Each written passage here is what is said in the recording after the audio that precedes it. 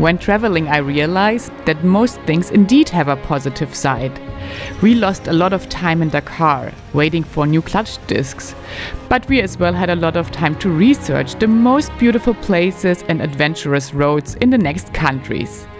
Are you ready to take off to the journey?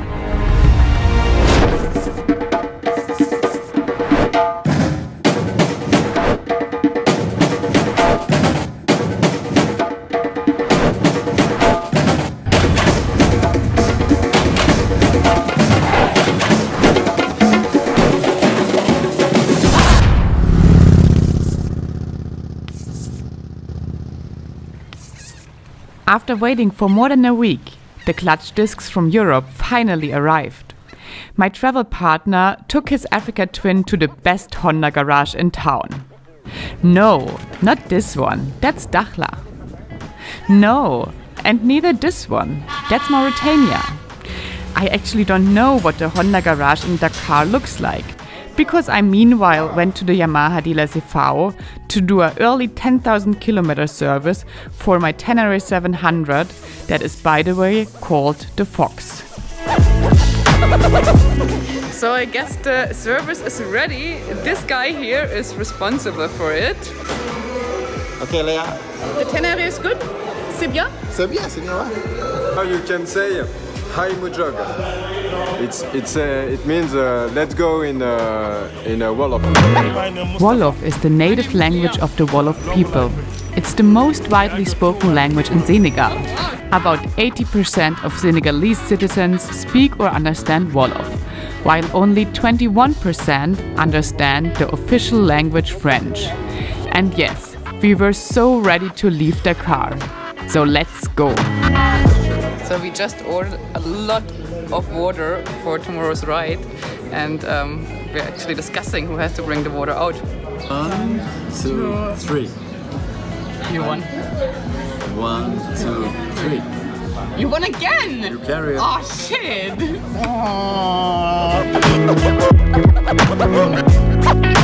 We as well upgraded our bikes. We bought new bags for the crash bars in the front to put the heavy tools and spare parts there to distribute the weight better. So what are you doing now?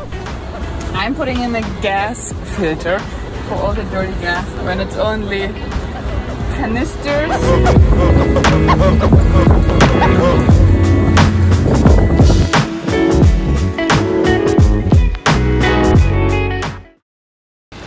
Today we are on a mission. I saw some pictures from the air from some salt mines that are somewhere in the area, and I don't know exactly where, so we have to ask people and we have to investigate a little bit, but hopefully we'll find them. In the area means a 3 hours ride from Dakar. So my travel partner forced me to do a compromise.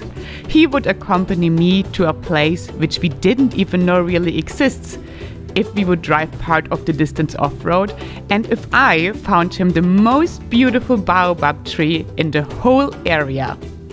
Luckily, I'm very good at finding things and places, and the baobab anyways is not so easy to oversee.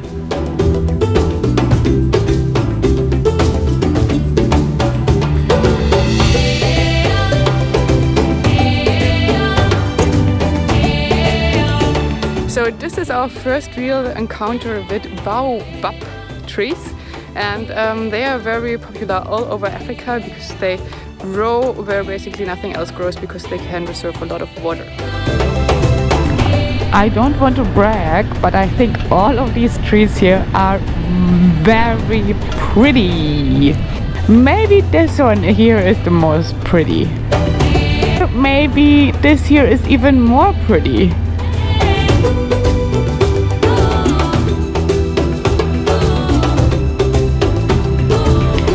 So I think I fulfilled my duty and I found the most pretty baobab trees out there. So let's go to the salt pools now.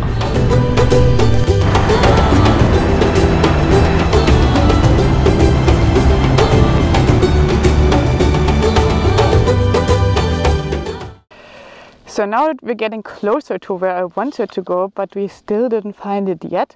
Maybe we have to ask some people, but we'll look around a little bit here around this town where I thought these sort of things are. keep you posted. So before we went on this trip, I did actually some satellite research because I thought you would see the salt pools from the air.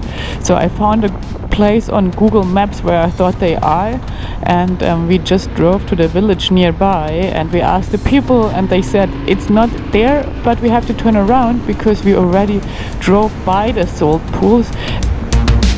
Without asking the locals, we would not have found the pools.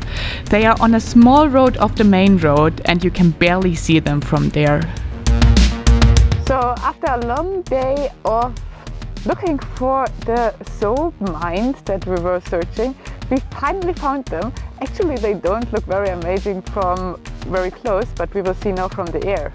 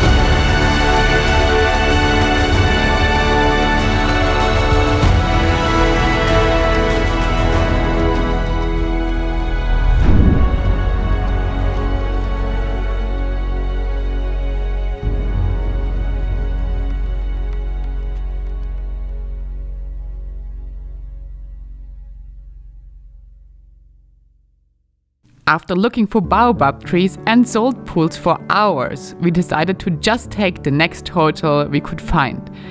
And we found paradise.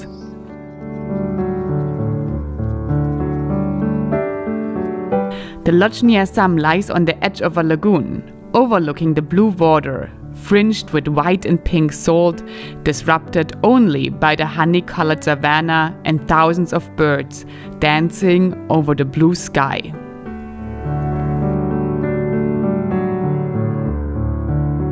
Meanwhile, my travel partner got creative because our bikes refused to keep upright in the sand. He used old plastic bottles as an extension of our side stands. Il s'est cogné sur les vitrines. And this little bird got lost in the restaurant building. Regarde, madame. Oh, but now I can fly? Si.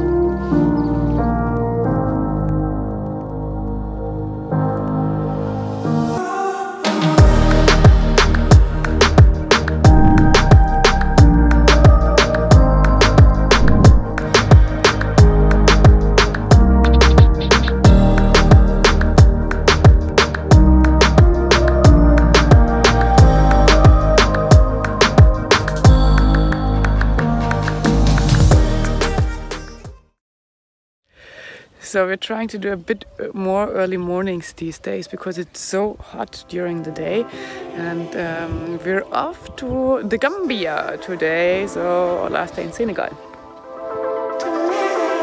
Light transforms the environment depending on the time of day.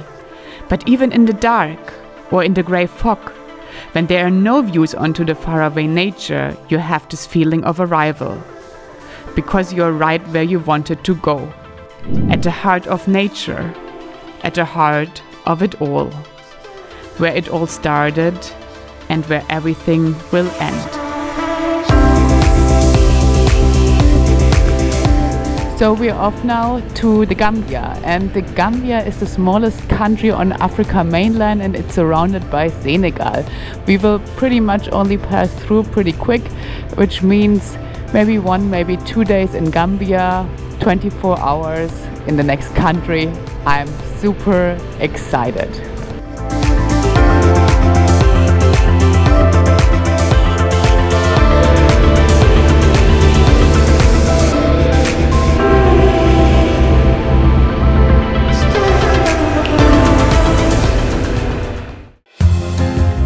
Thank you for joining the journey through Senegal.